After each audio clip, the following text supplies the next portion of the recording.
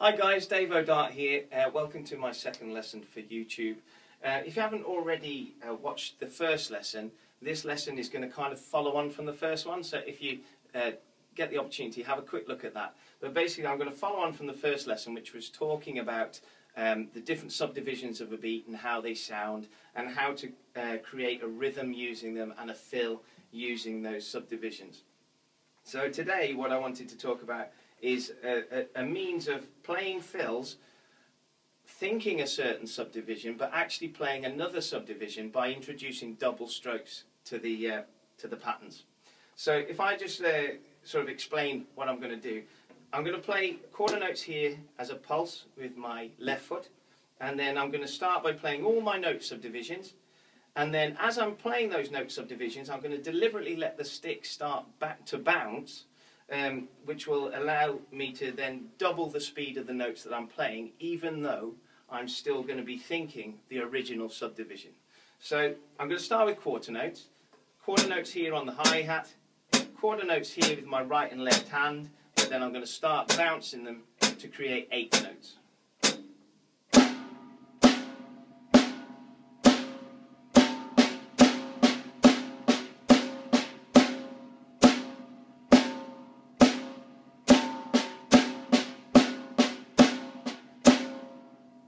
If I do the same thing with the quarter note triplet, when I double the notes, I'm going to end up with eighth note triplets. They'll sound like this.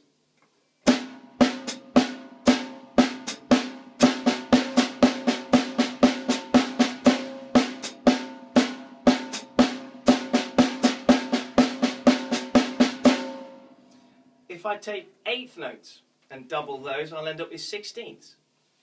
That'll sound like this.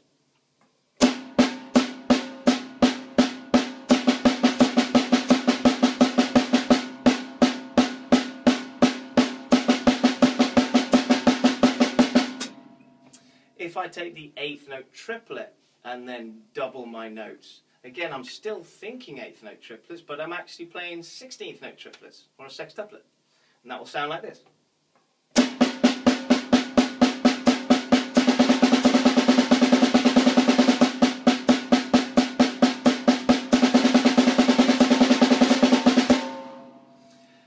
If I take 16th notes and double those, I'll end up with 32nd notes.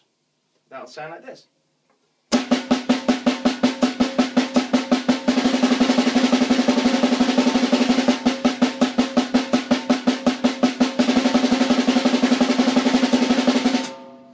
If I take my sextuplet in the first instance and play that as single strokes, when I double them I'll end up with 32nd note triplets, and that will sound like this.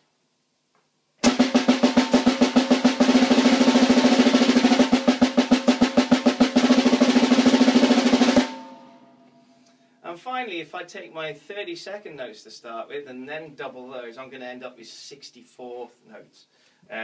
You have to watch your tempo with these, because if you play them too fast, you struggle. So I'm going to keep the tempo nice and slow, starting with my 32nd notes, ending up with 64th notes.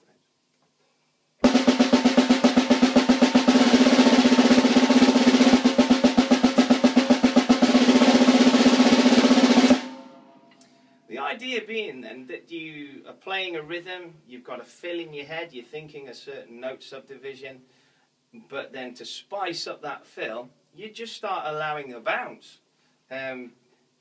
It's amazing how effective it is. So if I take one of my subdivisions, say I'm playing a fairly fast beat, a fairly fast quarter note rock beat, so there my subdivision in my head for my fill is going to be eighth notes probably, but then to spice up that fill, I'm going to turn it into 16th notes by allowing the notes to bounce. So I'll give you a little example of that.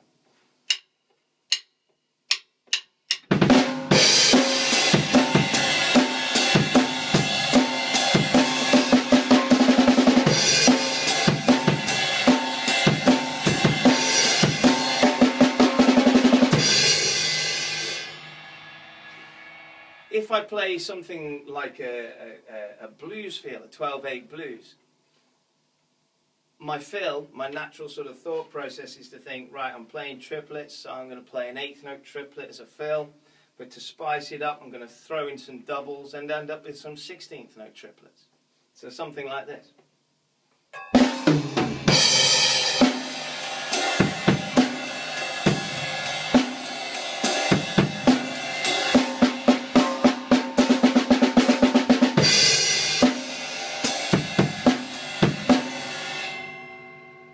If I'm playing, I don't know, a 16th note funk groove using the hi-hat, and I want to play a fill, immediately the first subdivision that pops into my mind is thinking a fill around 16th notes.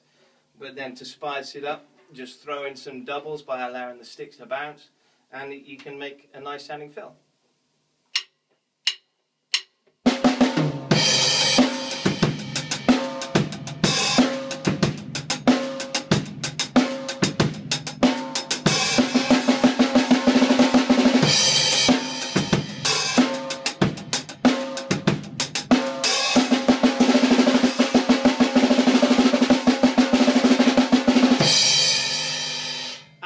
It goes on. The other thing I like to do when I'm practicing this as well is not just start, you'll notice all the things I did there. The doubles were starting on the right hand. That can sound a little bit predictable, so it's worth practicing all of these things that I'm doing now. But actually playing right-handed or left-handed if you're a left-handed player, but then starting the doubles with your weaker hand. So in my case, my left hand, but if you're a left-hand player, obviously it's going to be your right hand. So I'll show you a couple of examples of that. So if I go back to the 16th notes again, and I'm going to play them on the snare, but this time, every time I start doubles, it's got to be with my left hand. All right? And that's going to sound a little bit more syncopated. It's going to sound a little bit cooler. So here we go. Here's a little example of that.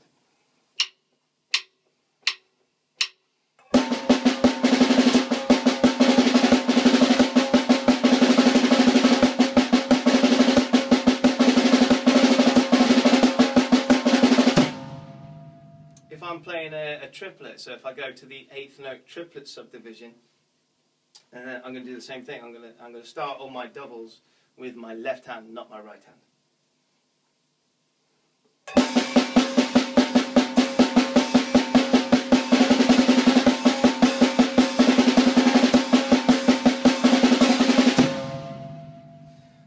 Again, once you're comfortable starting with both hands, then mix it up a little bit.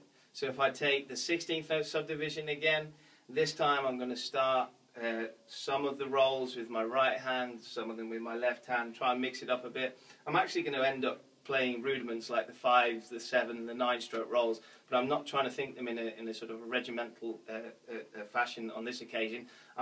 I'm back, my phone ran out of battery, so sorry about that. I'm going to carry on from where I left off.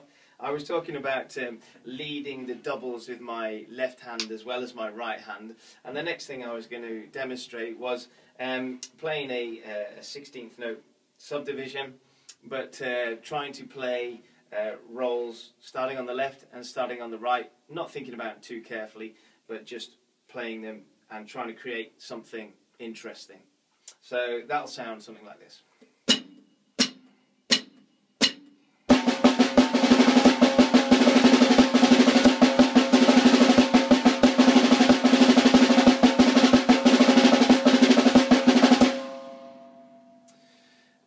Again, you could do the same sort of thing with a triplet subdivision, starting some of the notes with the right hand, starting some of the doubles with the left hand, and seeing how that shapes up.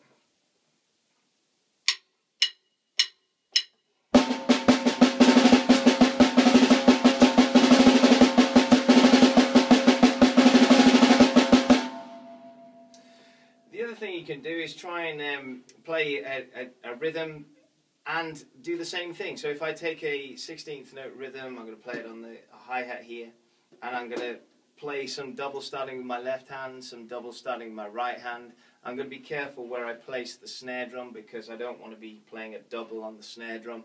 But again, stream of consciousness kind of way, trying to make a musical sound out of it. So something like this.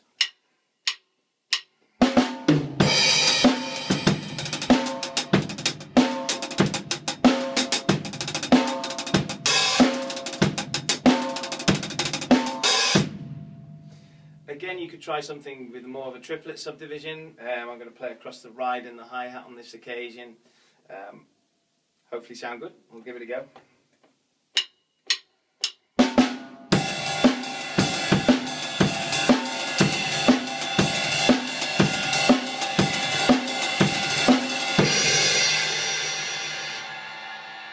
The other thing you can do is, instead of doubling all the notes, only double one side. So if I'm playing an eighth note subdivision, and I'm only going to double the left hands. Right, so I'm going to play at a fairly fast tempo because it's eighth notes, so I can afford to increase the tempo. And I'm going to start by only doubling the left hands, then I'll return to my eighth notes, and then I'll try only doubling my right hands. It'll kind of sound a little bit like the rudiment, the drag. It's not strictly a drag, but it'll sound a little bit like it, especially at the faster tempo. So.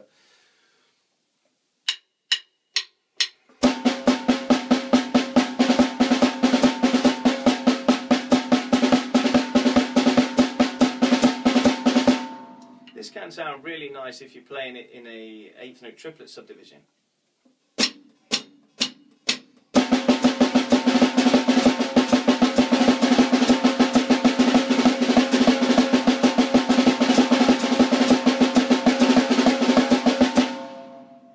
Sixteenth notes.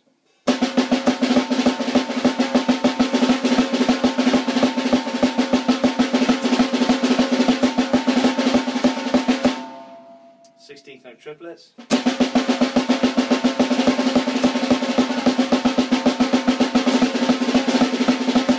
And so on. I think that's about the end of the lesson today. I hope you like the idea. See how you get on with it.